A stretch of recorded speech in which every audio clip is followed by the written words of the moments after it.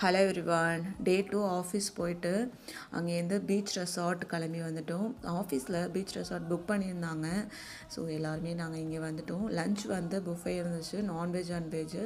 டெசர்ட்டுமே நல்லா இருந்தது. நல்லா ஃபுல்லாக சாப்பிட்டுட்டு அப்படியே கொஞ்சம் நேரம் அப்படியே இந்த பீச்சில் நல்லா விளாண்டுட்டு இருந்தோம். இந்த ரெசார்ட்டில் எனக்கு ரொம்ப பிடிச்சதே இதோடைய ஆம்பியன்ஸ் தான்.